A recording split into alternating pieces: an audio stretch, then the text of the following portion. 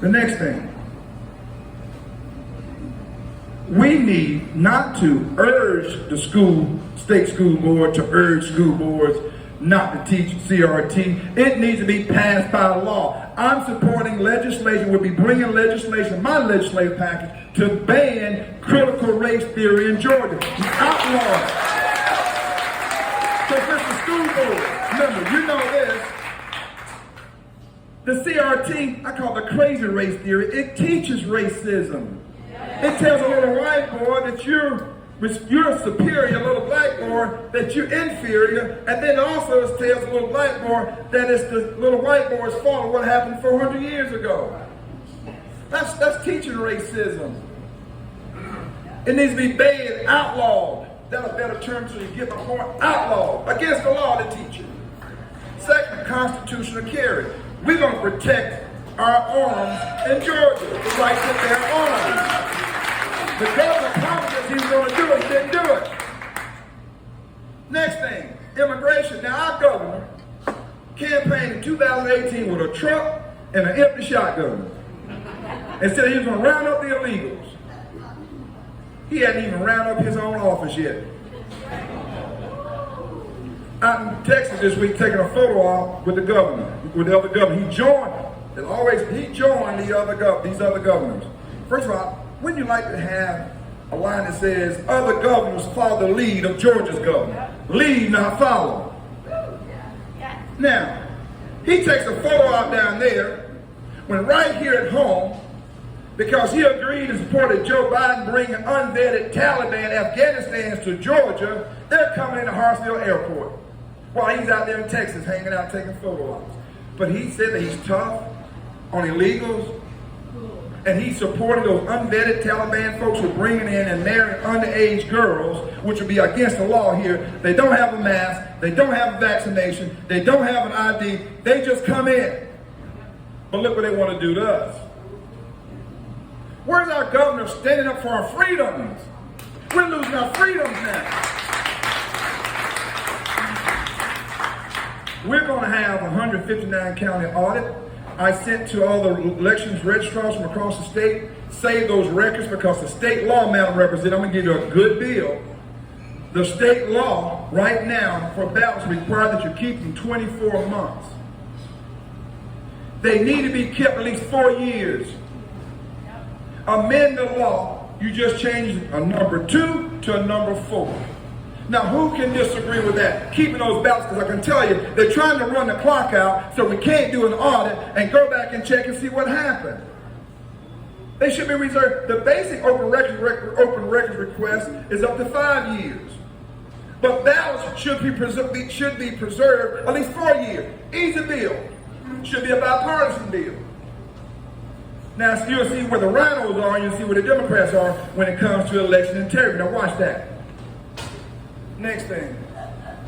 I'm sick and tired of seeing kids in classrooms not standing up and saying, I pledge allegiance to the flag of the United States of America.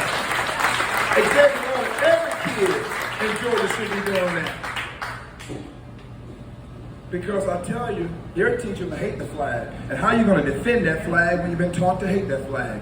America's biggest problems happen from within because we're becoming, with like the Stacey Abrams, and supporting, embracing socialism and Marxism. I wish they'd go to Venezuela and Cuba to live. Yeah. They'll see it. And so, good folks at Cherokee County, I guess I sound like that preacher when I said I'm coming to an end. That black preacher, he never comes to an end. But I am looking for some patriots who's willing to stand up against the left, not be afraid of your ideology, who you support. Your car going to be scratched because you have a Donald Trump sticker in your car? Are you afraid to go on social media and say who you support? Or your kid in class, you know you reared your child with conservative values, but he's been drowned out by the teacher and his peers because he can't express his conservative values. Mandates. Not long ago, teachers were heroes. Nurses were heroes. Within the last year, no COVID vaccination. And what are they doing to them now? They are firing them even the females who are pregnant. If they don't take the vaccination, they're losing their jobs. Yeah, Delta Airlines telling its employees, if you don't get COVID vaccination, your health insurance going up $200 a month. I thought you believed in affordable health care.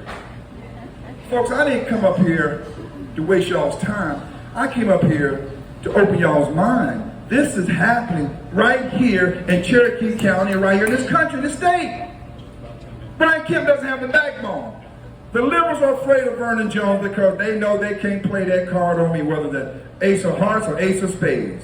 They can't play that card on me. Can you imagine Nancy Pelosi and Chuck Schumer calling me a racist? First thing I say to him, my bird, hold on, crying Chuck Schumer and Nancy Hairdresser Pelosi. You idiots got down on one knee with the kente cloth. When you didn't even know that that damn kente cloth represents the tribe that started the slave trading. And they're pandering. They need to go somewhere and start the Black Panther Party, because that's all they were doing, pandering. I just want to fight, I want to fight for y'all. I want to fight with y'all. I want to fight. I just want to fight. I'm trying to lift. They're running over us. They're running over us. I'm telling you. And what they're doing to our children and our communities, what they're embracing now, this is not the America we grew up. My daughter's going to have a baby. Her and her husband are going to have a baby. I want my grandchild in the America that I grew up in. The framers of the Constitution got it right. That document has survived the test of time. They would be rolling over right now if they knew what was happening in this country. But anyhow, Mr. Chair, I know I said a lot. I have how many more minutes left? I'm open up to questions. You got about 8 minutes, so I'm open. Have at it. Before I get into questions, I got 8 minutes still? Oh, 8 minutes till we have to clear out. Oh, let me do questions. You would sound like a black preacher. Okay. And I say that, let me tell you, I say that in fun. Black churches do hold church a long time. But white churches, that's why I go to y'all church. I get in and get out. That's what questions? Yes. Yes, sir. What's your name? I'm Maury Hughes. I'm fundraising chair for the Cherokee County Republican. Fundraising chairman for Vernon Jones. Is that what you said? I sure can use you. Thank you, volunteered. No, I'm sorry. Go ahead. I've got a serious question. Yes, sir. I watched the call-in interview with Mr. Peters. Stu Peters. Yeah. Let me ask the question. Yeah. And he cut you off. Yeah. What were You you cut me going off. to say? And before you explain what you say, would you explain what you asked? Well, he asked me a series of questions, as you know. On the substantive issues, I kicked his ass. And he couldn't handle it. He had a meltdown. So he went personal. He went personal and wanted to get into my personal sex life. Then he got personal. And, but it's okay because I'm an open book. But I just kept trying to bring him back. And he eventually cut me off. He muted me. But then he said, well, tell me about, he said there was a lady named, forget her name, but she mixed this lady's name. He said, yeah, she had filed this discrimination case against you. I said, yes, she sure did. I said, but that lady lost her case. She lied and she lost her case. He didn't like that. He said, what about this other black guy who also filed that lawsuit and said that you had hired him to get dirt on white people? I said, well, yes, sir, that's true. But he lost his case too. As a matter of fact, he spent a lifetime sentence in jail because that same star witness shot his girlfriend in the back in their home and hid it. When the police first went there, he said she wasn't there. And when they came back, there she was, again, shot in the back. And she was that black female executive for Coca-Cola had gone missing. So I said, yeah, there's your star witness. And then they want to get in my sex life and all that. I'm like, well, wait a minute. And then he said, oh, you're just talking that jive talk. And when he said that, white folks, I want y'all to know. That one, I hit the stop sign with him. Because to me and many other black people, it's exploitation, it's offensive, it's demeaning, it's stereotyping blacks. That we have to have gold chains on. We talking jive talk. And I called him what he was. I called him a bigot.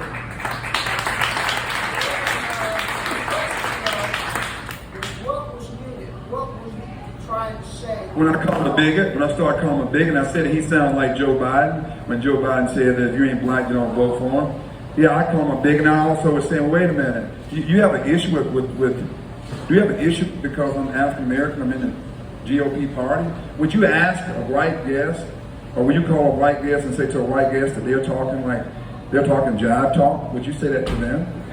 And he was embarrassed, he didn't want that to come out, but he was so busy trying to get me, and I know who's behind it.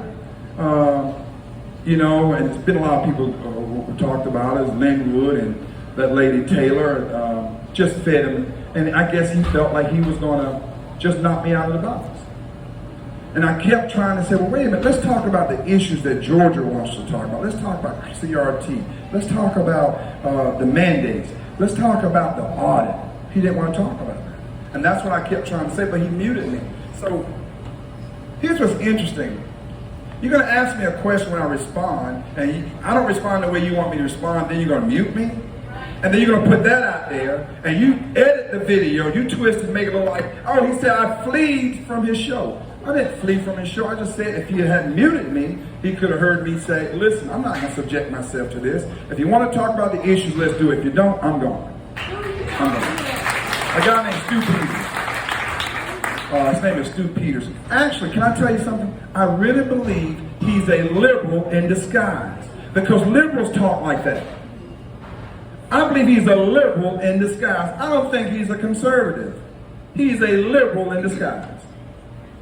Man, you were saying something? Go ahead. You. Yeah, I thought you were saying something. Oh, yeah. But anyhow, but guess what? That's foolishness.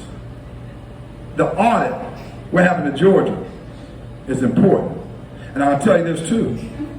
Those who say, I'm not going to go back and vote because they didn't fix it, and how are you going to find out they cheated again if you don't go and vote? Go back and vote. Yes, ma'am. You should go on Newsmax if you want them to be conservative with you. And they've got a big audience now. Well, you know, I love Newsmax. Next time I'm on there, I'm going to give you a shout out. It's kind of funny, though. You got a lot of pretenders out there. And they're nothing but, they're just out there they're trying to divide us in so many ways. Yeah, let me tell y'all, so I'm black and y'all white. But really the only difference between us is the color of our eyes. I like safe neighborhoods like you do. I support school choice. I think the money should follow the child. I think parents best want to know what's best for their child's education. I want safe neighborhoods. My brother was a police officer. I support law enforcement. But they want to divide us. And a hate crime is a hate crime. Now they got a hate crime for Asians, a hate crime for gays, a hate crime for blacks. Hate is hate. They should have a hate crime if you attack someone based on their political ideology or party affiliation. That is a hate crime, and Madam Representative, I put that to the floor. I tried to force that amendment on the floor of the House of Representatives before I left. The Democrats were the biggest opponent of it, and believe it or not, the Speaker and some of the leadership didn't want my bill to come on there because, again, they were afraid of Stacey Abrams. Now, I'm calling it like it is. I'm unbelt and unbossed. I'm calling it like it is. Did I tell you I'm a deplorable? I have that Walmart smell. You may not like Donald Trump. You may not like his personality, but he says what he says and he does what he says he's going to do. Don't you want somebody open and honest like that? But on the other hand, Joe Biden doesn't say that, and he just get away with stuff. He just get away with it. So, there's one more question back in the back. I got my, and we're gonna. I think someone said that we're gonna take pictures right after this. Yeah. So, you want to do photo ops? We're gonna yeah. turn you around and Okay. Okay. Young lady in the back. And I got two more. Please, Mr. Chairman, give me these two, and I'm closing out. Yes, ma'am.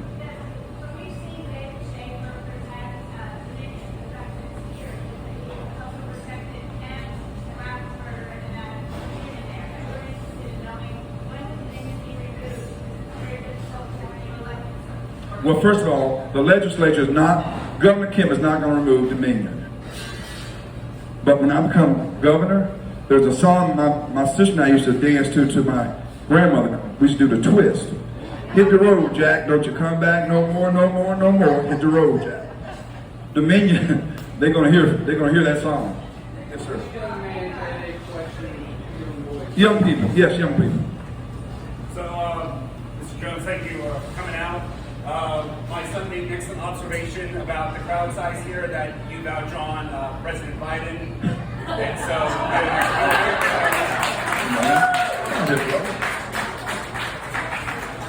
Let me hold your hand.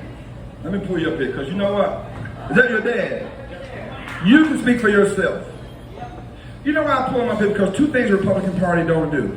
They don't go and engage the minority community. Amen. All right?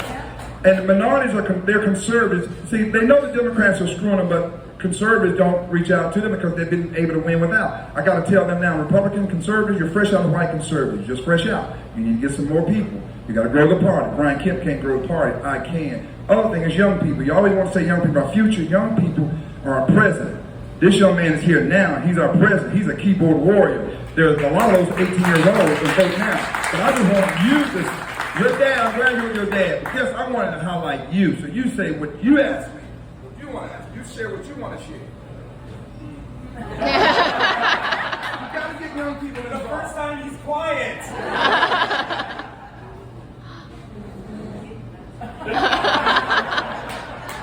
Are you feeling the burn?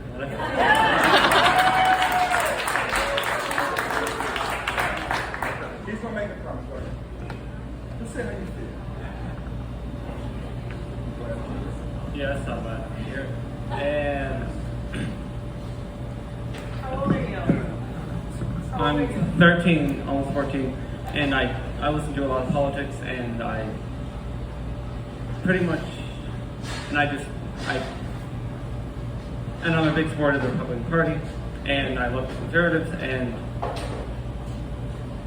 a bummer is right before the 2024 election, I'll be 17, right before 18, so I won't be able to.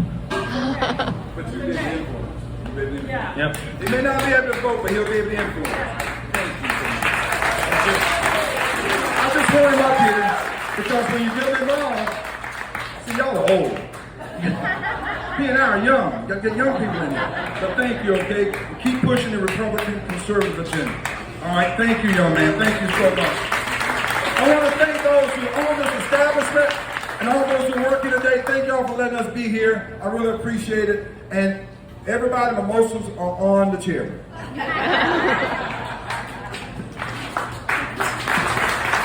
Vernon Jones, folks. Vernon Jones.